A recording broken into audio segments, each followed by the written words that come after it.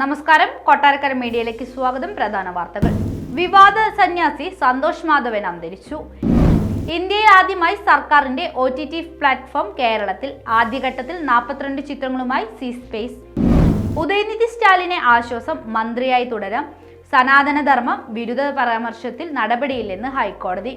കോതമംഗലം സംഘർഷം, കോൺഗ്രസ് നേതാക്കൾക്ക് ഉപാധികളോടെ ജാമ്യം. DCC പ്രസിഡന്റിനെ വീണ്ടും അറസ്റ്റ് ചെയ്യാൻ ശ്രമം. വാർത്തകൾ വിശദമായി. ഭൂമി തട്ടിപ്പ് പീഡന കേസുകളിൽ പ്രതിയായിരുന്ന സ്വയം പ്രഖ്യാപിത ആൾദൈവം സന്തോഷ് മാധവൻ അന്തരിച്ചു.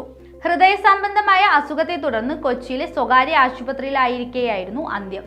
കട്ടപ്പന സ്വദേശിയായ സന്തോഷ് മാധവൻ സ്വാമി ചൈതന്യ എന്ന പേരിലാണ് അറിയപ്പെട്ടിരുന്നത്. ശാന്തിതീരം എന്ന ആശ്രമത്തിന്റെ മറവിലായിരുന്നു ഇയാളുടെ കുറ്റകൃത്യങ്ങൾ. പ്രായപൂർത്തിയാകാത്ത പെൺകുട്ടിയെ പീഡിപ്പിച്ച കേസിലടക്കം ശിക്ഷിക്കപ്പെട്ട ഇയാൾ ജയിൽവാസത്തിന് ശേഷം പുറത്തിറങ്ങി പുറം ലോകവുമായി ബന്ധപ്പെടാതെ കഴിയുകയായിരുന്നു. 2008 സന്തോഷ് മാധവനെതിരെ പീഡന പരാതികളും തട്ടിപ്പ് കേസുകളും പുറത്തുവരുന്നത്. 2 പെൺകുട്ടികളെ പീഡിപ്പിച്ച കേസിൽ 16 വർഷം കഠിന തടവിനും സന്തോഷ് മാധവനെ ശിക്ഷിച്ചിരുന്നു. പിന്നീട് ഒരു കേസിൽ പ്രതിയെ കുറ്റവിമുക്തനാക്കി. കേരള സർക്കാരിന്റെ ഉടമസ്ഥതയിലുള്ള ഓൺലൈൻ സ്ട്രീമിംഗ് പ്ലാറ്റ്ഫോമായ സി സ്പേസ് OTTയുടെ ഔദ്യോഗിക ലോഞ്ച് ഉടൻ. മുഖ്യമന്ത്രി പിണറായി വിജയൻ 2024 മാർച്ച് 7 തിരുവനന്തപുരം കൈരളി തിയേറ്ററിൽ OTT പ്ലാറ്റ്ഫോം ലോഞ്ച് ചെയ്യും. അവാർഡ് നേടിയ B32 മുതൽ 44 വരേക്ക് പുറമെ അവാർഡ് നേടിയ സിനിമകൾ ഉൾപ്പെടെ 42ഓളം പ്രശസ്ത ചിത്രങ്ങൾ ഈ പ്ലാറ്റ്ഫോമിന്റെ ഭാഗമാകും. നിഷിതോ സി സ്പേസിൽ OTTയിൽ ഉടൻ ഉണ്ടാകും.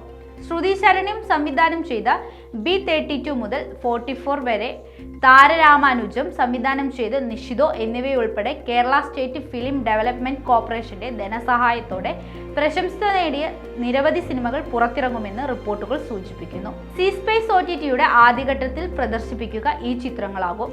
ചിത്രങ്ങളുടെ ഔദ്യോഗിക റിലീസ് തീയതികൾ ഇതുവരെ വെളിപ്പെടുത്തിയിട്ടില്ല. സനാതനധർമ്മ വിരുദ്ധ പരാമർശത്തിൽ തമിഴ്നാട് മന്ത്രി ഉദയനിധി സ്റ്റാലിന് തൽക്കാലം ആശ്വാസം. ഉദയനിധിക്ക് മന്ത്രിയായി തുടരാമെന്ന് മദ്രാസ് ഹൈക്കോടതി ഉത്തരവിട്ടു. മന്ത്രിക്കെതിരെ കോവാറന്റ് പുറപ്പെടുവിക്കണമെന്ന ആവശ്യം ഹൈക്കോടതി തള്ളി. അതേസമയം ഉദയനിധിക്കെതിരെ കോടതി കടുത്ത വിമർശനം ഉന്നയിച്ചു. വിവാദ പരാമർശം നടത്താൻ പാടില്ലായിരുന്നുവെന്നും സമൂഹത്തിൽ ഭിന്നതയ്ക്ക് കാരണമാകുന്ന പരാമർശം നടത്തരുത് എന്നായിരുന്നു പരാമർശം. ഭരണഘടനാ തത്വങ്ങൾക്ക് എതിരാണെന്നും തെറ്റായ വിവരങ്ങൾ പ്രചരിപ്പിക്കാൻ ശ്രമിച്ചുവെന്നും കോടതി നിരീക്ഷിച്ചു. മന്ത്രിമാർ ഉത്തരവാദിത്വത്തോടെ സംസാരിക്കണം. ഉദയനിധിയെ അയോഗ്യനാക്കാൻ നിലവിൽ കഴിയില്ലെന്ന് കോടതി വ്യക്തമാക്കി. വിവാദ പരാമർശത്തിനു ശേഷവും മന്ത്രി പദവിയിൽ തുടരുന്നത് ചോദ്യം ചെയ്ത RSS പ്രവർത്തകനായ T മനോഹർ നൽകിയ ഹർജിയിൽ ജസ്റ്റിസ് അനിത സുമന്താണ് വിധി പറഞ്ഞത്. സെപ്റ്റംബറിലെ വിവാദ പരാമർശ സമയത്ത് വേദിയിൽ ഉണ്ടായിരുന്ന ദേവസ്വം മന്ത്രി Shekhar Babu, A Raja MP എന്നിവരെ പുറത്താക്കണമെന്നും ഹർജിയിൽ ആവശ്യമുണ്ടായിരുന്നു. കഴിഞ്ഞ ദിവസം കാട്ടാനാക്രമണത്തിൽ വയോധിക കൊല്ലപ്പെട്ട സംഭവത്തിൽ കോൺഗ്രസ് നേതാക്കൾക്ക് ജാമ്യം. കോതമംഗലം 1ാം ക്ലാസ് മജിസ്ട്രേറ്റ് കോടതിയാണ് Mathew Kuzhalnadan MLA, DCC president Muhammad Shiyas എന്നിവർക്ക് ജാമ്യം നൽകിയത്. ഇവർക്കെതിരെ ചുമത്തിയ 2 കേസിലും ജാമ്യം അനുവദിച്ചു. ഒപ്പം അറസ്റ്റിലായ 14 പേർക്കും ജാമ്യം നൽകി.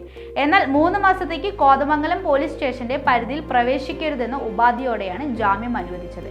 പിന്നാലെ ജാമ്യം ലഭിച്ച DCC പ്രസിഡന്റ് മുഹമ്മദ് ഷിയാസിനെ വീണ്ടും അറസ്റ്റ് ചെയ്യാൻ പോലീസ് ശ്രമിച്ചു.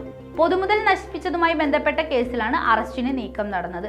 ഇത് കോൺഗ്രസ് പ്രവർത്തകർ തടഞ്ഞു. വിഷയം മജിസ്ട്രേറ്റിനെ ശ്രദ്ധയിൽപ്പെടുത്തിയതോടെ അന്വേഷണ ഉദ്യോഗസ്ഥനോട് ഹാജരാകാൻ കോടതി ആവശ്യപ്പെട്ടു. കഴിഞ്ഞ ദിവസം മുഹമ്മദ് ഷിയാസിനെയും മാത്യു കുഴൽനാടനെയും പോലീസ് കസ്റ്റഡിയിലെടുക്കുന്നതിനിടെയുണ്ടായ സംഘർഷത്തിലും മുഹമ്മദ് ഷിയാസ് പ്രതിയായിരുന്നു.